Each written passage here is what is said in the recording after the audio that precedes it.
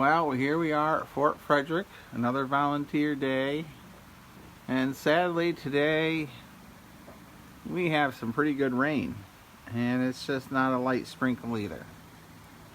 So, there goes Chris across the field trying to stay dry. One of the many park rangers that work here and try to educate the public about the French Indian War.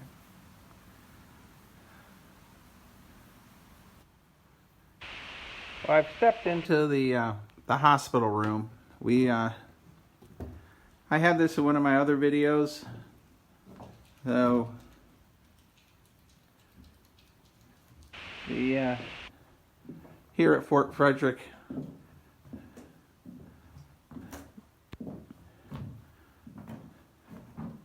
so we have the many tools of the trade, and of course amputation, which I covered in the last video. This video is just a follow-up.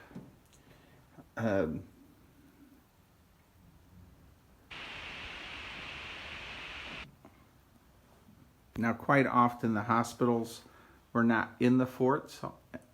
They'd be outside of the fort due to the fact of smallpox, and everyone would be sick in the hospital, and it would just travel from soldier to soldier. So quite often the hospitals would be outside of the main fortification also. Let's see if the doctor is in. Well, the doctor is not in, but Fort Frederick really does a great job for interpretation. They have the doctor's canvas bib here that he would wear to keep the blood off of his clothing. Just amazing. The detail they have here at Fort Frederick. And so our doctor is not in presently. It looks like he has just stepped out, so I won't be able to have any leeches applied or lancing or anything in that manner, thank God. So let's pause the video here. I had done the timeline in this corner room before in a previous video, but I find this room quite very nifty. Gives you a view of the French Indian War, Pontiac's Rebellion, the Revolutionary War, how the fort was used as a prison, of course. I have many videos of Fort Frederick on my YouTube channel, Bill's History and Wargame World. I'm in the process of making a playlist, so I hope you'll look at my other videos. And here we have where Fort Frederick is now in the Civil War. So, in the world of history, Fort Frederick has the French Indian War, Pontiac's Rebellion.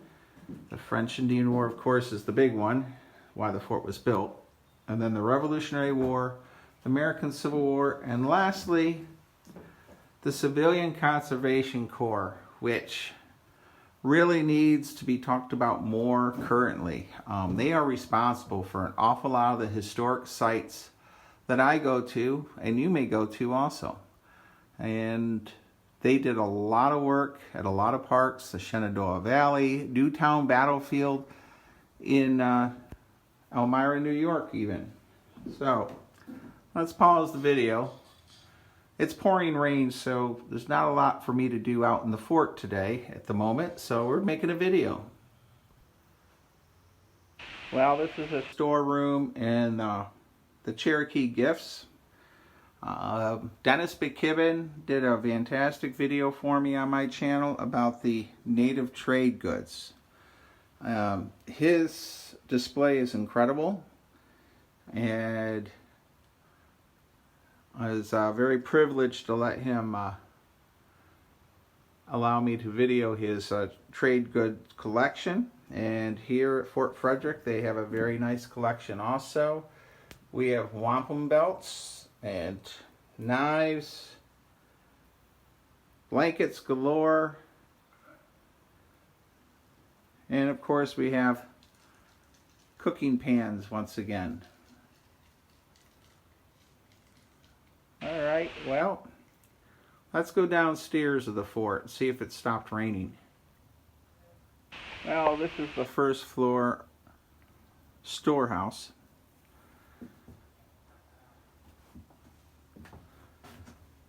Canteens, everything that's needed. Pretty incredible display for this fort. It's let's go on to the next room. Here we have the armory.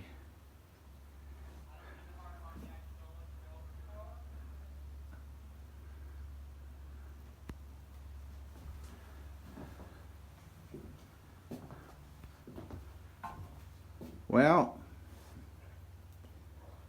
they have the muskets, the brown bess, ammunition, workbench for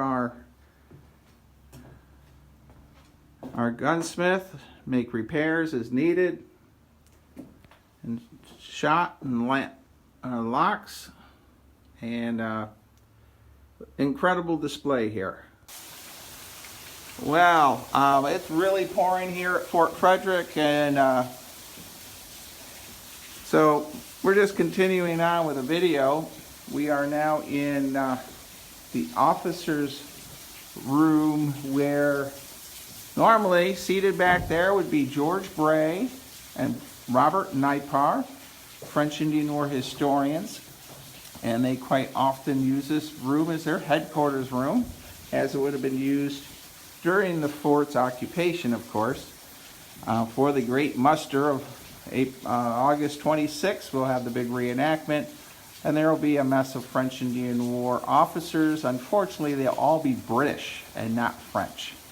But maybe one day we can get that changed, depending how many troops the French will bring to the fort for the reenactment. As you can see, the room is very large, and the ceilings in all these rooms really were done well when they rebuilt this in the bicentennial. Anyhow, I'm going to go outside and see if it's still raining. Well, we're here standing on the porch, and I got Chris. This is his first year as a park ranger, and I'm just going to introduce him. Hello, Chris. Welcome to Bill's World History and Wargaming World videos. Tim used to be on these a lot. Of course, we lost Tim in May, and welcome you to Fort Frederick. You have anything you would like to say? What's your past background, and how did you end up here? Well, I just this year got my bachelor's in history from Shepherd University, and I noticed there was a position for a historical interpreter open here at Fort Frederick, and I took the opportunity, and they called me within a week, so here I am.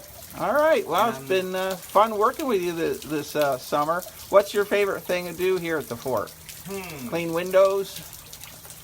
I mean, there's fun to be had in that, but honestly, it's hard to decide. I would say, one, firing the muskets, that's always fun. And then I also have always loved material culture, so getting to see all of the things they used back in the day Okay, very good. really fun. Well, I think I'll close this video out. Is there anything else you want to say about, we're open even though it's raining out? You definitely come out and visit us sometime. I'll gladly give you the quick tour or even the long tour, whichever one you like. All right. Well, thank you very much. And like in all my videos, I'm going to say thank you, stay safe, be kind, and be courteous out there. And come visit us at Fort Frederick at Big Pool Springs, Maryland, near Hagerstown.